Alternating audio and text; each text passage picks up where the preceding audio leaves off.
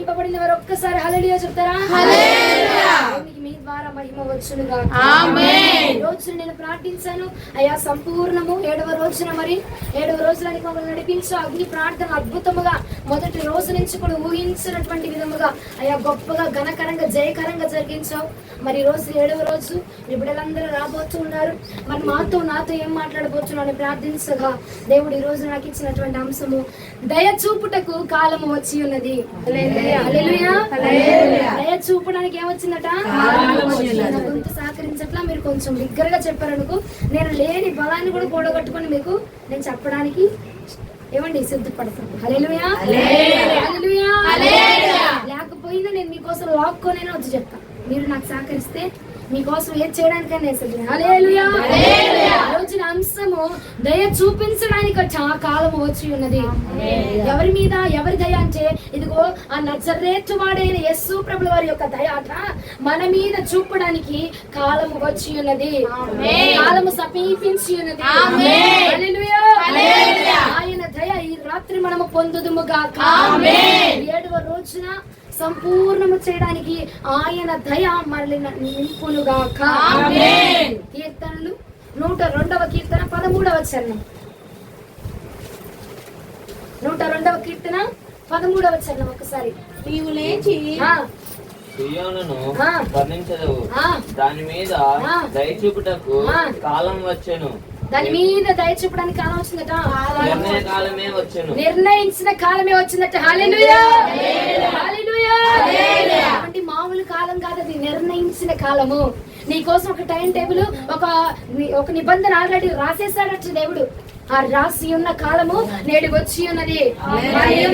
కాలము నేడు వచ్చి ఉన్నదండి. హల్లెలూయా. పలానా బిడ్డని పలానా సంవత్సరంలో పలానా మాసంలో పలానా దినమందు నేను ఆశీర్వదించాలి, పలానా దినమందు ఆ బిడ్డ నా దయ పొందాలి అని చెప్పి దేవుడు నీ కోసం ఒక కాలం నిర్ణయించాడు. చూసావా? ఆది కాలంలో మొదలైన ప్రణాళిక నేడు ఈ రోజున నెరవేర్చబడబోతున్నది. ఆది కాలంలో మొదలైపోయిందని ఇప్పుడు కాదు నీ కోసం నిర్ణయించింది, ఎప్పుడో నిర్ణయించాడు. అక్కడ ఏం చెప్తున్నాడు? ఇప్పటికిప్పుడు రాసిన టైం అంటున్నాడా? నిర్ణయించబడిన కాలం అంటే ఆల్రెడీ వచ్చేసింది నీ కాలం. ఆల్రెడీ రాసేసాడు, ఆల్రెడీ ఫిక్స్ చేశాడు దేవుడు నీ కోసం. ఆ దినము సమీపించి ఉన్నది. దయ పొందడానికట నీకు కాలం వచ్చి ఉంది. ఇన్ని రోజులండి మనుషుల దయ పొందనేమో, మనుషుల ఆదరణ పొందేమో, మనుషులు ఎంత జాలి చూపించరేమో.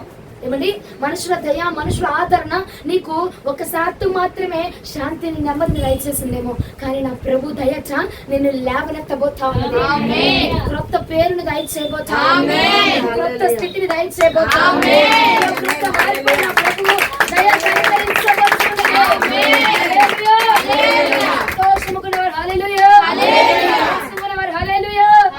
నిద్ర వస్తున్న వారు హల్లెలూయా. దేవుడు మిమ్మల్ని దీవించునుగాక. నిద్ర సైతానులు పారద్రోలబడునుగాక. దేవుడు మిమ్మల్ని ఆశీర్వదించునుగాక. తిట్టద్దన్నాడు, అందుకే తిట్టినా పర్వాలేదు, తిట్టమన్నాడు దేవుడు. తిట్టద్దని నాకు చెప్పలా. మీరు చెప్పిన దానికి తలకి ఇవ్వబడ్డాడు తప్ప తిట్టద్దని నాకు చెప్పలేదు. మనుషుల దయ అండి నేటి కాలం వరకు నీ పరిస్థితుల్లో కానీ, నీ దిగజారిపోతున్న పరిస్థితుల్లో, నీ ఆర్థిక పరిస్థితుల్లో, నీ శారీరక పరిస్థితుల్లో మనుషులు వచ్చి నీకు దయ చూపించారట. మనుషులు వచ్చి ఆదరణ చూపించారట. మనుషులు వచ్చి నేనున్నాను కదా నీకు, నేనున్నాను కదా నిన్ను బలపరచడానికి, నేనున్నాను కదా నీకేంటి ఇంకా అని చెప్పి ఏదో కొంత మేరకు నీకు సహకరించారు.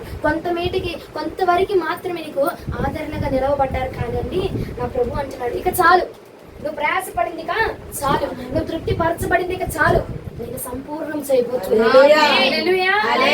అందుకే నా ప్రభు చెప్పారు, నేను కొద్ది మందిని ఈ రోజున సంపూర్ణం చేయబోతున్నాను. కొద్ది మందిలో మనం ఉండదుముగా సంపూర్ణం చేయడానికి నా ప్రభు వచ్చాడు. అమ్మా, ఇన్ని రోజులు సంపూర్ణం అవ్వలేదా? ఇన్ని రోజులు దయ పొందలేదా అంటే ఉండదండి. కానీ అది దేవుని వద్ద నుంచి వచ్చిన దయ కాదు, మనుషుల వద్ద నుంచి ఆయన దయ చూపించాడు. కానీ ఆయన అంటున్నాడు, నేనే వచ్చి నా దయను చూపించబోతున్నాను.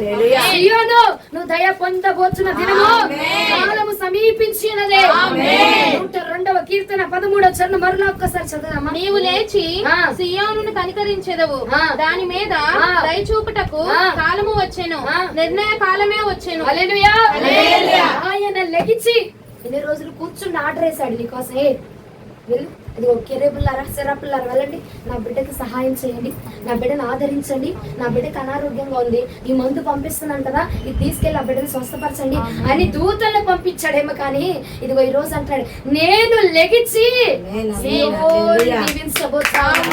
సియోను దీవించే కాలం వచ్చినదే. యేసుకి కాలం వచ్చినదే. కాలం మొత్తాన్ని తగలబెట్టాలా? సంతోషపడ్డా చెప్పట్లేదు.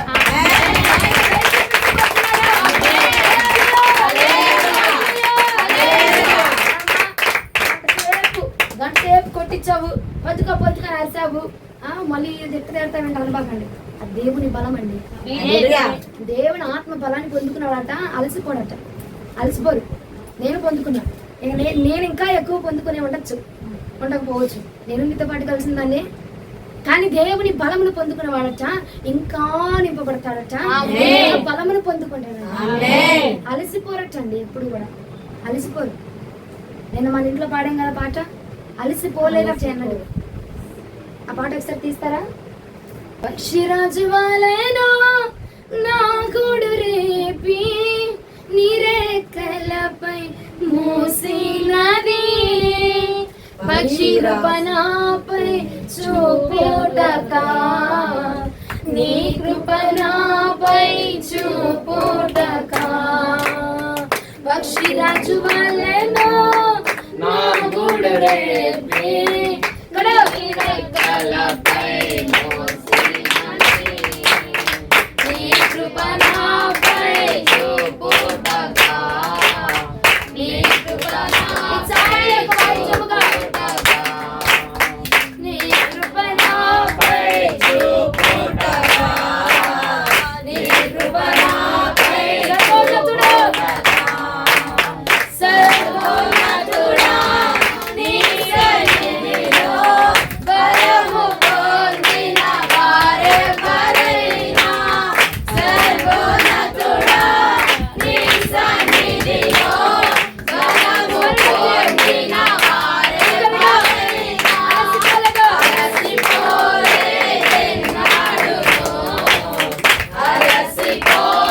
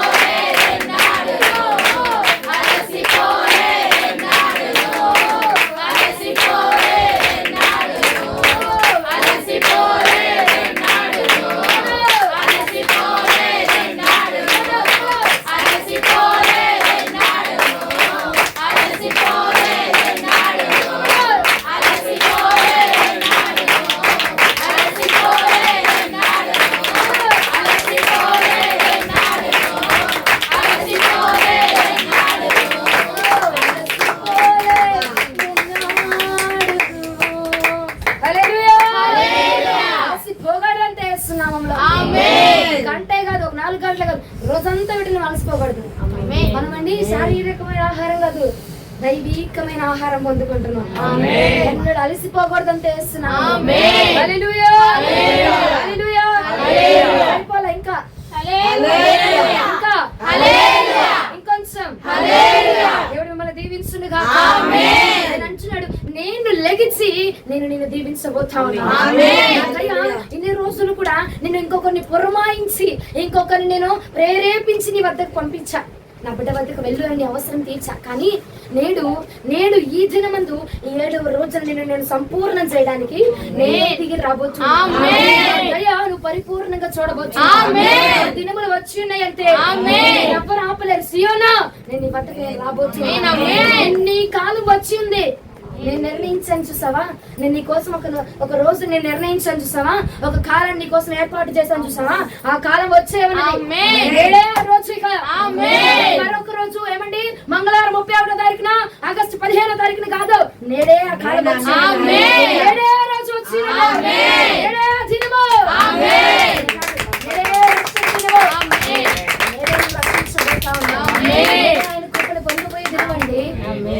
ఎప్పుడు ఆహారం నీ వద్దకు వస్తుందో ఆ దినమంది ఆహారం తినట మనం తృప్తి పరచబడాలట. మన్నా నువ్వు నింపబడుతున్న కొద్దట మన్నా ఏ రోజు మన్నా ఆ రోజు మనం తినాల. మరుసటి రోజుకేమో ఈ మన్నా మరుసటి రోజుకి ఇస్తున్నారేమో, ఈ ఆహారం మరుసటి రోజుకి నా కోసం పంపిస్తున్నాడు దేవుడు అన్నావు అనుకో, ఆహారం అయిపోతే కుళ్ళిపోద్దట.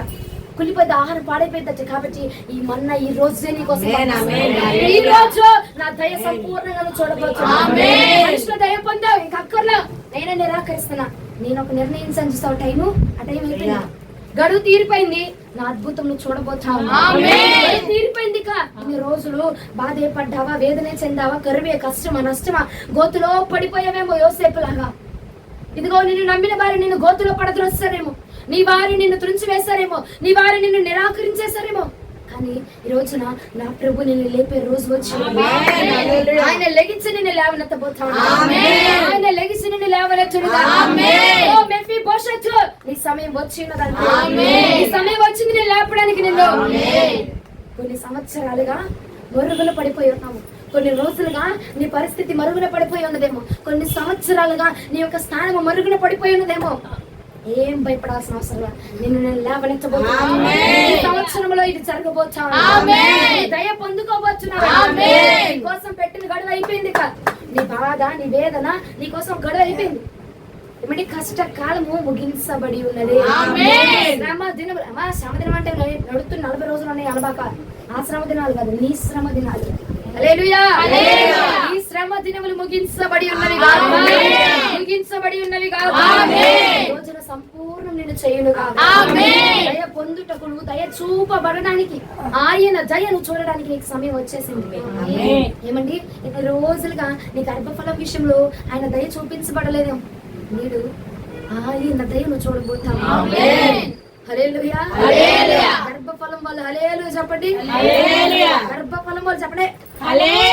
నీకు దేవుడు అనుగ్రహించునుగాక. ఆయన దయ మీరు పొందుదురుగాక. ఆయన దయ మీరు పొందుదురుగాక. హల్లెలూయా. నేడు నా దేవుని దయ నీ మీద కుమ్మరించబడబోచున్నది. హల్లెలూయా. హన్నవలే, ఓ ఎస్తేర్ వలే నా ప్రభు నిన్ను కూడా దయ చూపించబోతా ఉన్నాడు. నీకు కూడా ఆయన దయను చూపించబోతున్నాడు. ఏమని హన్న పెనిన్న ద్వారా ఎన్నో ఇబ్బందులు పడింది, ఎంతో ఘోరమైన శ్రమ అనుభవించబడింది.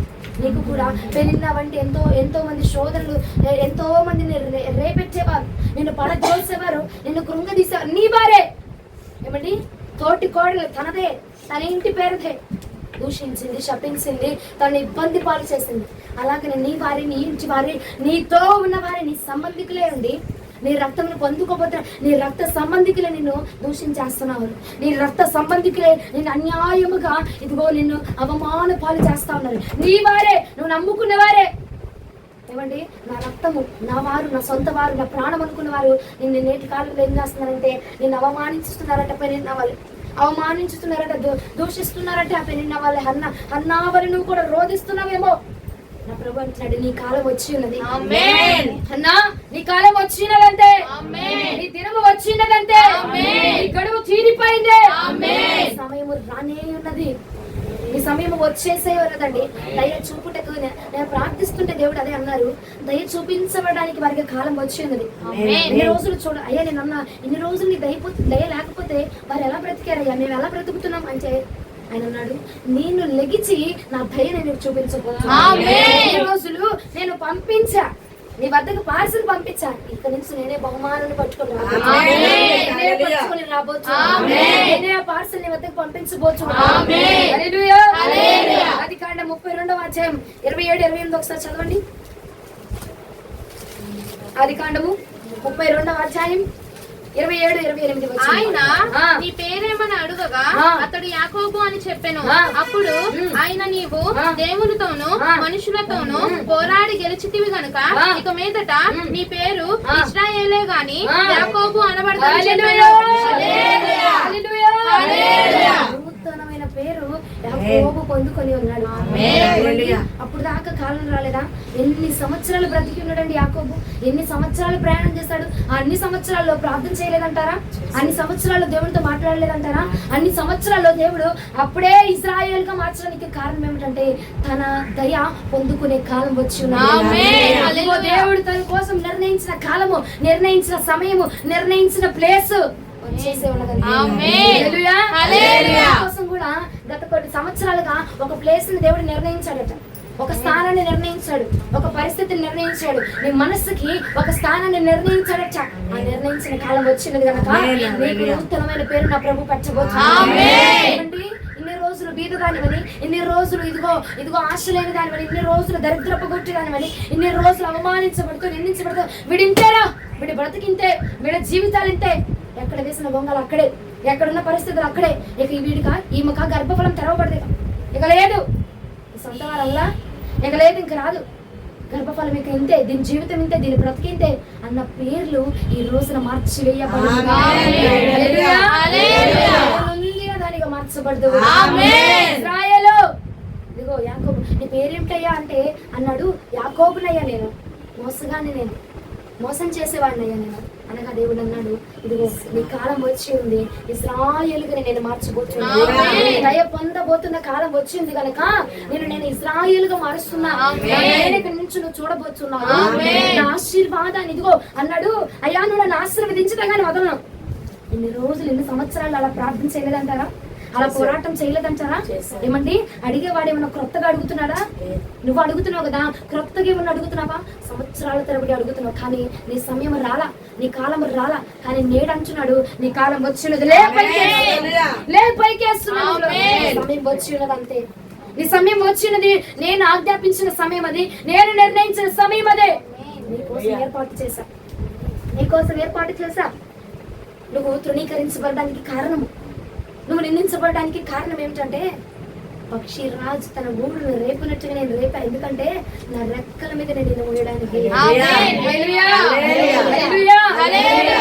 నేను మందిరానికి వెళ్తున్నా, నన్ను ఎందుకు శోధిస్తావయ్యా?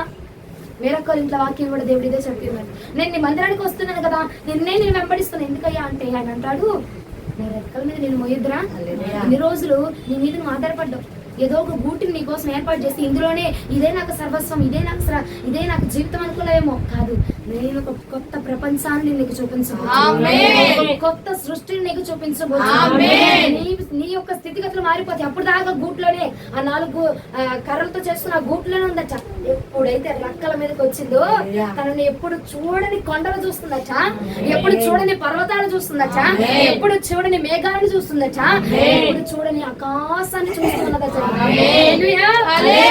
నుంచి నీవు కూడా ఎప్పుడు చూడని అద్భుత కార్యాలు చూస్తున్నావు. వచ్చిందంటే ఎప్పుడు చూడని చూడబోతున్నావు. విశ్వాసముతో నమ్మంతే వేస్తున్నామమ్మ. ఈ రోజు నీ ఆహారాన్ని వద్దకు పంపించాడు అంటే తినడానికే కదా. నీ వద్దకు పంపించాడు, ఈ ఆహారాన్ని తిను, ఈ ఆహారాన్ని తీసుకోను. ఈ ఆహారాన్ని తీసుకొని నువ్వు తృప్తి పరచబడితే, నువ్వు విశ్వాసం ఉంచి నమ్మితే. ఏమండి, కొంతమందిని అపవాదుగాడు దొంగ ఇచ్చేస్తాడట. వెట్టబడిన వాక్యం ఇక్కడే, లేదంటే గుమ్మం అవతల, గేట్ అవతల, నీ ఇంటి బయట, నీ ఇంటి అవతల, నీ ఇంటి బాత్రూమ్ లో విడిచిపట్టడి పడడానికట అపవాదుగాడు ఎక్కువగా అవకాశాలు చూపిస్తా ఉంటాడట. ఎక్కువగా వాడు నిర్ణయించిన కాలం కోసము, ఎప్పుడు దేవుడు నిర్ణయించిన కాలాన్ని తృణీకరిద్దామా, ఎప్పుడు నువ్వు ఆశీర్వాదాన్ని కోల్పోయే విధంగా చేద్దామని చూస్తూ ఉంటాడట. కానీ ఈ మాట మర్చిపోవద్దు. ఏమాట తెలుసా? దయ చూపుటకు కాలం వచ్చింది. చూడబోతా ఉన్నావు ఈ కాలం. ఇశ్రాయేలు, నేను నిన్ను దీవించబోతున్నా. నేను నిన్ను వదలను అంటే నేను నిన్ను ఆశీర్వదిస్తా ఉన్నాను. ఈ రోజులు ఆ గూట్లోనే ఉన్నావు కదరా, ఆ గూట్లో నుండి అదే ప్రపంచం అనుకున్నావు. నీ ప్రపంచం ఏంటో, నీ స్థితి ఏంటో, నీ స్టేటస్ ఏంటో నేను ఇక మీదట ఈ రోజు మొదలుకొని నేను చూపించబోతున్నాను. ఈ రోజు మొదలుకొని నువ్వు చూడబోతున్నావు. కూర్చున్నావు చూసావా, నువ్వు ఉంటున్నావు చూసావా, నువ్వు తింటున్నావు చూసావా, అది కాదు నీ స్టేటస్, అది కాదు నీ పరిస్థితి. నువ్వు దయ పొందబోతున్న రోజు. ఈ ఆరోగ్యంతో నా బ్రతికి ఇంకా ముగిసిపోతుందా? ఇలాగని నేను చచ్చిపోతానా? ఈ అనుభవించడం కంటే చనిపోవటం మేలు, ఈ మాటలు పడటం కంటే చనిపోవటం మేలు. ఈ స్థితి మారబోతాను, పరిస్థితి నా ప్రభు మార్చబోతాను, స్థితిగతులు నా ప్రభు మార్చునుగా, పరిస్థితిని మార్చబోతాను. అందరం ఒకసారి చెప్దామా? నా కాలము వచ్చి ఉన్నది, నా కాలం వచ్చి ఉన్నది, నా కాలం వచ్చింది, నా కాలం వచ్చింది. హల్లెలూయా, హల్లెలూయా. సమయం వచ్చి ఉన్నది. నువ్వు ఏ గుంటలో పడదరేపడ్డావు ఆ గుంట నుంచి పైకి లేవనెత్తడానికి కాలం వచ్చిందంతే. ఇస్తేరండి ఆవిడ ఏ అలంకరణ లేదట, ఎలాంటి విలువ లేదట, ఎలాంటి ప్రత్యేకత లేదట, కానీ దేవుడు రాజు యొక్క దయ పొందిందట. హల్లెలూయా. ఎందుకంటే అప్పుడు ఆమె కాలం వచ్చిందంతే. రాజు దయ పొందడానికి ఆమె కాలం వచ్చింది. ఈ రోజు నీకు కూడా సమయం వచ్చింది. నమ్మిన వాడికి విశ్వసించిన ప్రకారముగా జరుగునుగా.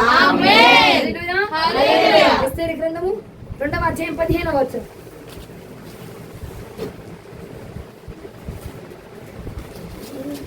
మొర్దెకై తన కుమార్తెగా స్వీకరించుకొనిన తన పిన తండ్రి అయిన అబీహాయిలు కుమార్తెయగు ఎస్తేరు రాజు వద్దకు వెళ్ళుటకు వంతు వచ్చినప్పుడు స్త్రీలను కాయు రాజు యొక్క చండుడైన హేగే నిర్ణయించిన అలంకారము గాక ఆమె మరి ఏమీ కోరలేదు. ఎస్తేరును చూచిన వారందరికీ ఆమె యందు దయ పుట్టెను.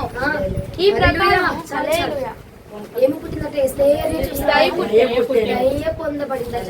దేనికంటే హేగేకి అప్పు చెప్పుకుంది. ఎన్ని రోజులు అయ్యా నా పరిస్థితి నీకు అప్పు చెప్పుకుంటున్నా, నా స్థితిగతులు నీకు అప్పు చెప్పుకుంటున్నా, నీకు ఎప్పుడు ఆపండి దొరకదులే కానీ నా పరిస్థితులు నీకు అప్పు చెప్పుకున్నాను ప్రభా. అయ్యా నువ్వు తప్ప ఇక నన్ను బాగు చేసేవాడు ఎవరు లేరు, ఏదున్నా నీకే అప్పు చెప్తున్నా, ఎంతమంది నన్ను నా మీద ఎన్ని భారాలైనా వేయని నీకే నేను అప్పు చెప్పుకుంటున్నాను ప్రభా అని చెప్పి ఆయనకు అప్పు చెప్పుకున్నావు కదా. నీ కాలం వచ్చింది, రాజు దయ పొందబోతున్నావు. పరలోకపు రాజు దయను పొందబోతావు. కీర్తనలు మరొకసారి చదివితే ఆయన అంటాడు, నేను లెగిచి నీ సియోనా నేను దీవించబోతాను. ఒకసారి నా మాట చదివి ఎంత సంతోషకరంగా ఉంది. 102వ కీర్తన 13వ వచనం ఒక్కసారి చదువు తల్లి. 102వ కీర్తన 13వ వచనం. నీవు లేచట సియోనును కరుణించెదవు. హల్లెలూయా, హల్లెలూయా, హల్లెలూయా, హల్లెలూయా, హల్లెలూయా, హల్లెలూయా. ఆయన లెగిచి సియోనును కరుణించబోతాడు. కరుణించబోతున్నాడట, ఆయన దీవించబోతున్నాడట, ఆయన దయ చూపించబోతున్నాడు. ఆయన కాలం వచ్చింది. సంపూర్ణము కాదా? ఇది సంపూర్ణము కాదటారా?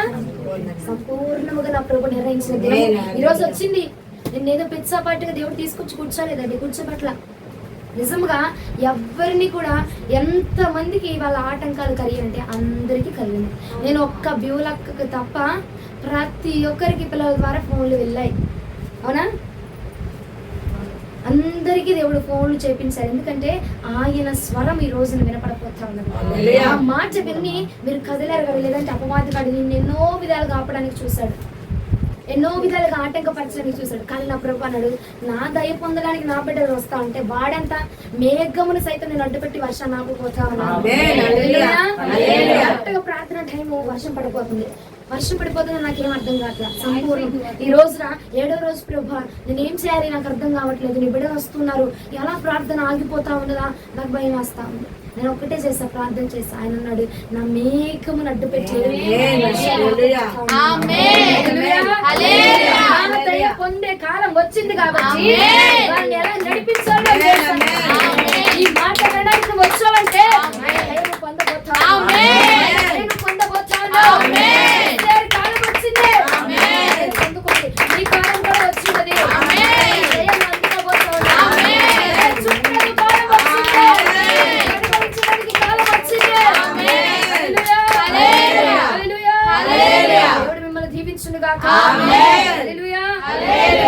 ఏంటో నా ముందు కూర్చున్న వాళ్ళు అనేసం మొహాలు చూడలేక నాకు నీరసం వచ్చేటట్టుంది.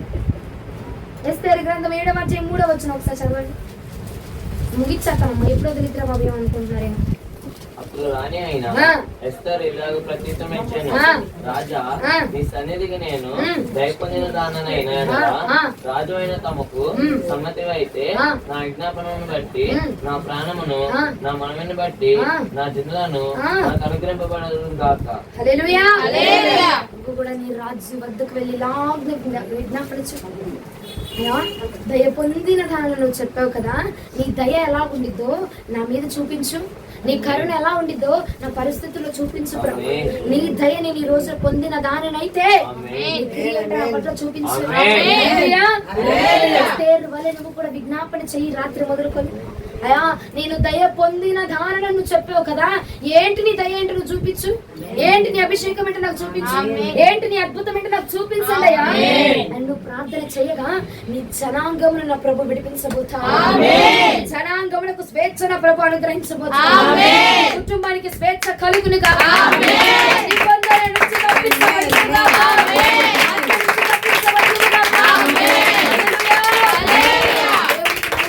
మహిమయు ఘనతయు ప్రభావములు కలుగునుగా. వాళ్ళు విజ్ఞాపన ఏమండి, ఇచ్చేస్తున్నాడులే గిఫ్ట్ అని వెళ్ళి దప్పుడు ముసుగేసుకుని పడుకోబాకండి. చల్లగా వాతావరణం ఉంది, వర్షం పడిపోతుందని పడుకోబాక. నువ్వు రగిలించాలంటది. నువ్వు ఆ వర్షం పడుతున్నా నీ ఆత్మ రగిలిపోవాలి.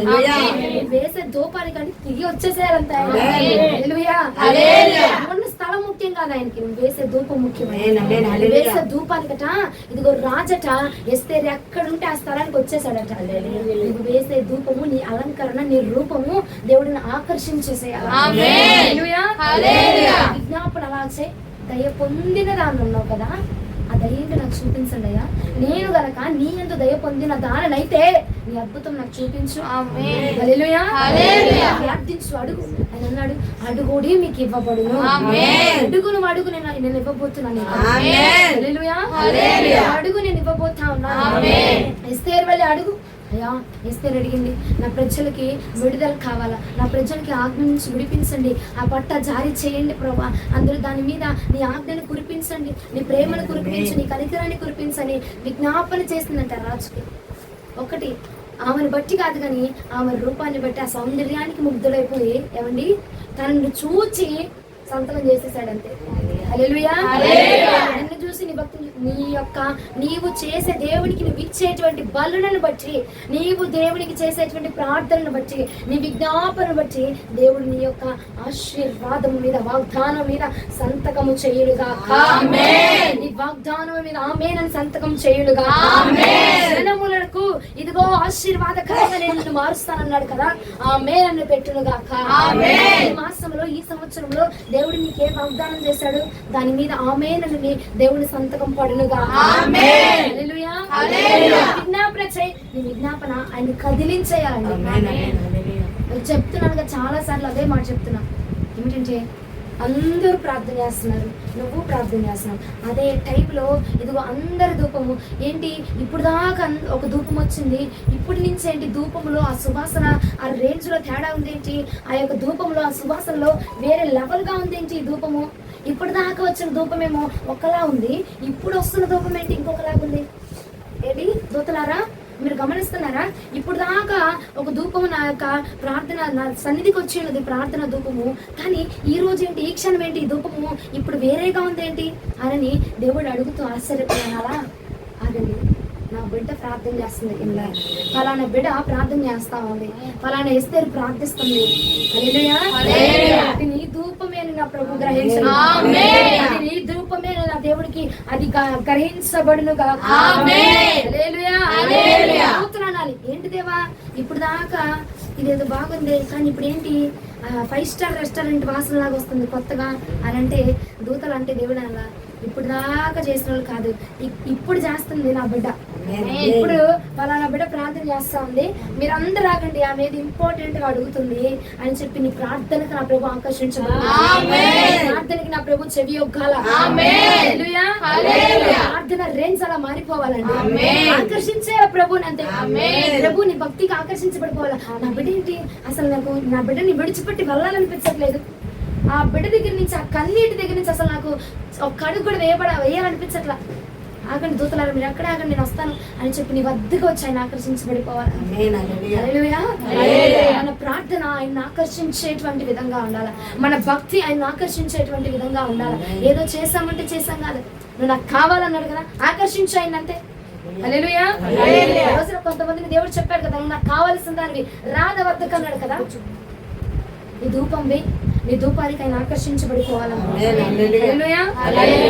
రాజు దయ మనము పొందుదు, మంత్రి దయ పొందలా. అలంకరించిన హేగే యొక్క దయను పొందుకోలేదండి ఎస్తేరు, రాజు యొక్క దయని, రాజు యొక్క కటాక్షను పొందుకుందంట. హల్లెలూయా. అన్ని రోజులు నువ్వు కూడా మంత్రులు, మంత్రసానులు, ఆసానులు, ఈసానులు, వాళ్ళు వీళ్ళని దయ పొందావు. ఈ రోజు నుంచి నా ప్రభు లెగిచి నీకు దయను చూపించింది. ఆయన చూపిస్తే ఎవ్వడు నిన్ను కదిలించలేడట. హల్లెలూయా. పక్షిరాజు రెక్కల మీద నువ్వు ఉన్నావు, గ్రద్ద వచ్చి నిన్ను పొడిచిద్దా? గ్రద్ద వచ్చి నిన్ను తాకిద్దా? అసలు నీ వైపు చూడాలంటే దానికి కొనుక్కుంటదు, అవునా కదా అండి? పక్షిరాజు రెక్కల చాటు నిన్ను దాస్తున్నాడు కాబట్టి ఆయన దయ కింద నిన్ను ఉంచబడితే ఇక ఎవడు నిన్ను ఆపేది? ఎవరు నిన్ను నీకు సంపూర్ణం అవ్వకుండా ఇంకెవ్వరు నిన్ను ఆపలేరు. హల్లెలూయా. యోసేపు కూడా అండి తన కుటుంబం ద్వారానే, తన కుటుంబం వారి వలన గోతులో వేయబడ్డాడు. భార్య అన్నదమ్ములు తన సొంత రక్తమే నిర్ణయించింది, తన సొంత రక్తమే అతన్ని హేళన చేసింది. తన సొంత వారే తను ఏం చేశారండి, గోతులో పడవేశారు. గోతులో పడేసి అమ్మి వేశారట. చూశాడు. నిర్ణయించిన కాలం వచ్చేసింది. దేవుడు ఎవరైతే తనని గోతులో వేయించాడో, ఎవరైతే గోతులో వేయడానికి కారణమయ్యారు చూసావా, వారి ముందరే నా దేవుడు యోసేపుని గొప్ప స్థానంలో నిలబెట్టి ఉన్నాడు. వేచి చూసావు ఇన్ని రోజులు, అయ్యా ఇంకా ఎన్ని రోజులు, ఇంకా ఎన్ని నెలలు ఇది అనుభవించాలి, ఎంతవరకు వేచి చూసావు. ఇక వేచి చూసేటువంటి కాలం అయిపోయింది. నీ రాజు నీ కోసం వచ్చాడండి, రాజు నీ కోసం వచ్చాడంతే. నీ కాలం సమీపించి ఉన్నది, నీ కాలము బహుగా సమీపించి ఉన్నదట. హల్లెలూయా. స్పందించే మనసు మీ అందరికి దయచేయునుగా. ఎదురొస్తున్నారు. హల్లెలూయా. దేవునికి మహిమ. కూరగాయల వ్యాపారానికి బాగా వెళ్ళినట్టున్నారు, దేవునికి స్తోత్రం. హల్లెలూయా. హల్లెలూయా. ఒక్కసారి రెండు చేతులు పైకెత్తి హల్లెలూయా చెప్పండి. స్తోత్రం చెప్పండి.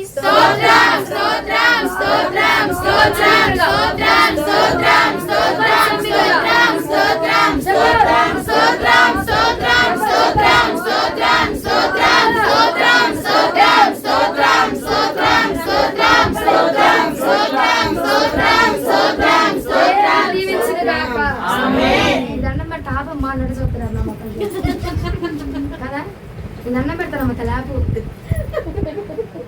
దేవునికి స్తోత్రం.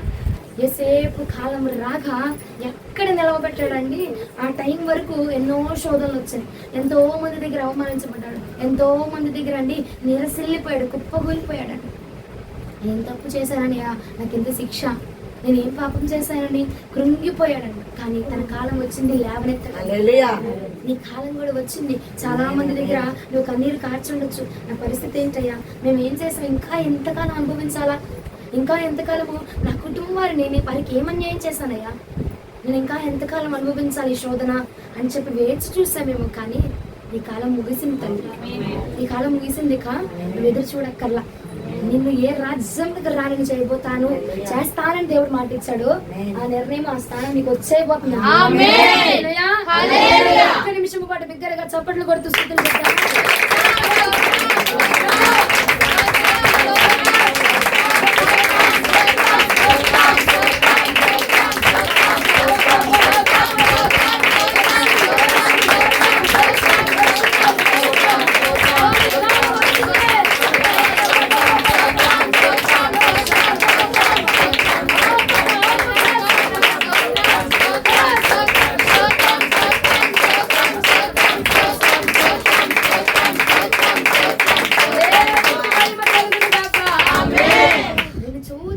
నా ప్రభు చూసాడు, నీ కాలం వచ్చింది అంతే.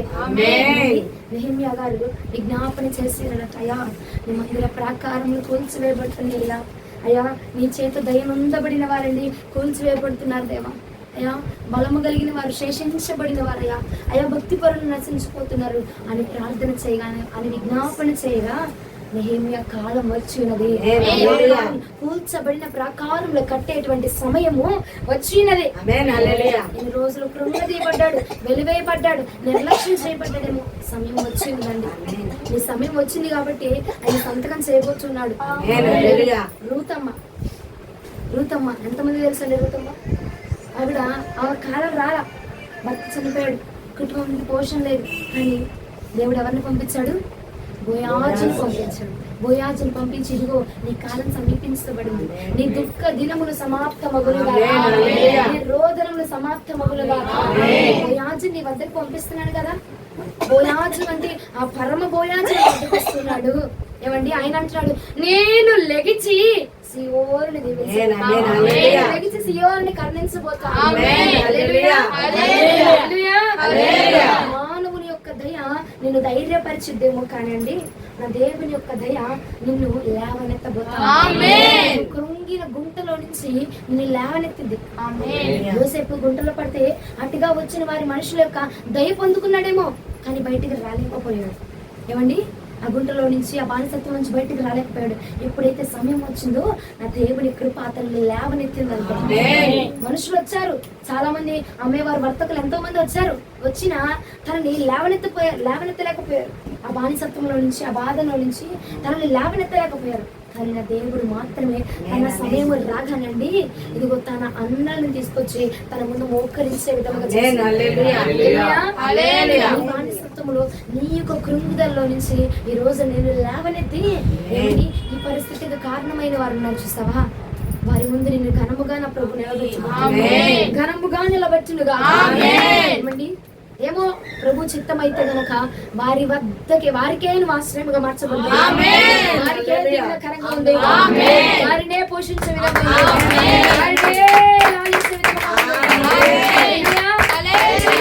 సమయం వచ్చింది తన అన్నదమ్ములను సైతము, తన దేశాన్ని మొత్తము కూడా పోషించే స్థానంలో పెట్టాడు. ఈ సమయం కూడా వచ్చింది. అయ్యా, ఇంతేనా పరిస్థితి? తెచ్చుకుంటాను, రూపాయి తెచ్చుకున్నట్టు అయిపోతుంది. అయ్యా ఏదో తింటున్నాను, ఉంటున్నాను, బ్రతుకుతున్నాను అంతేనయ్యా అని బాధపడుతున్నామేమో. నీ కాలం వచ్చినప్పుడు నిన్ను కృంగదీసిన వాడిని పోషించే చేతిగా, ఇచ్చే చేతిగా, ఇచ్చే వాడిగా నా ప్రభు. అందుకే ఆయన అన్నాడు, దయ చూపుటకు కాలం వచ్చింది కాబట్టి నువ్వు అడుగు, నా దయ నీకు చూపించబోతున్నాను. ఎస్తేరు వాళ్ళు అడుగయా, నేను దయ పొందిన దాన్ని వాక్యం చెప్పావు కదా, నీ దయ ఏంటో నాకు చూపించు. ఈ రాత్రి అడగండి, ఈ రాత్రి ప్రార్థన చేయి. ప్రార్థన పడుకునే ముందు ప్రార్థన చేయండి. వదిలేస్తున్నాను, నిద్రపోదురు కానీ వెళ్ళి సోఫాల మీద, పరుపుల మీద, పట్టు పరుపుల మీద నిద్రపోదులే కానీ ఇచ్చాను. లాస్ట్ మాట ఈయన, అయ్యా నీ దయ పొందిన దానిలో చెప్పావు కదా వాక్యము, నీ దయ ఏంటో నాకు చూపించు అని ఒక మాట పలికి ప్రార్థించే చాలు. పడుకోయక శుభ్రంగా 10 గంటలు పడుకోయక, దొల్లాడుతూ పడుకో, ఏం పర్లా ప్రార్థన చేసి పడుకో చాలు. ఆ ప్రార్థన నా ప్రభు నెరవేర్చబోతా అన్నాడు. విజ్ఞాపన దగ్గరికి చార్చపడాలిగమ్మా. మొన్న చెప్పా, ఆవకాయ పచ్చడి కావాలంటే ఏం చేయాలా? ఆర్డర్ పెట్టాలి, పెట్టకూడదా? అమ్మ ఫలానా పండు ముసలమ్మ ఆవకాయ పచ్చళ్ళకి 4 లవలవలు ఆడిపోతుంది అని పెట్టొస్తానని చెప్పి రారు. నీకోసం పార్సల్ తీసుకొని వెళ్ళి ఆర్డర్ చేసుకోవాలి. నీకు ఎంత కావాలో ఏం కావాలో ఆర్డర్ పెట్టుకోవాలి. అంతేనే కదా అండి? మీకోసం షాపులన్నీ వచ్చి అభిరుచా ఏదో రుచి ఆడొచ్చి వేస్తున్నారేంటి? మీకు సైలెంట్గా ఉన్న వాళ్ళందరికీ వేస్తున్నట్టున్నారు. నువ్వు ఆర్డర్ చేయాలా, నువ్వు విజ్ఞాపన చేయాలా, నువ్వు ప్రార్థించాలా, నువ్వు అడగాలండి. అడిగితేనే నా ప్రభు యొక్క కృప విస్తరించబోతాను. ఏ పరిమాణంలో కావాలో అడుగు, ఎంత సాంద్రత మేరకు కావాలో అడుగు, ఎంత కొలత మేరకు నీకు కావాలో నువ్వు అడుగు. అడగగా నా ప్రభు నేను తృప్తిపరచబోతున్నాను. అడుగుడి నీకు ఇవ్వబడిన నువ్వు అడుగు. అయ్యా పలానా కొలత నాకు కావాలా, పలానా వారి దగ్గర నేను అపమానించబడ్డా, వారి దగ్గర నీ దయ ఏంటో నాకు చూపించండి. వారి ముందర నేను నీ అందు దయనందిన దానిగా వారికి కనబడుతున్నాను. నేను పొందిన దానికి నన్ను చూపించమని ప్రార్థించు. నీ ప్రార్థన యావత్తు నా ప్రభు నెరవేర్చబోతున్నాను. దేవుడు మిమ్మల్ని దీవించునుగా, వాక్యము మీలో దీవించబడునుగా.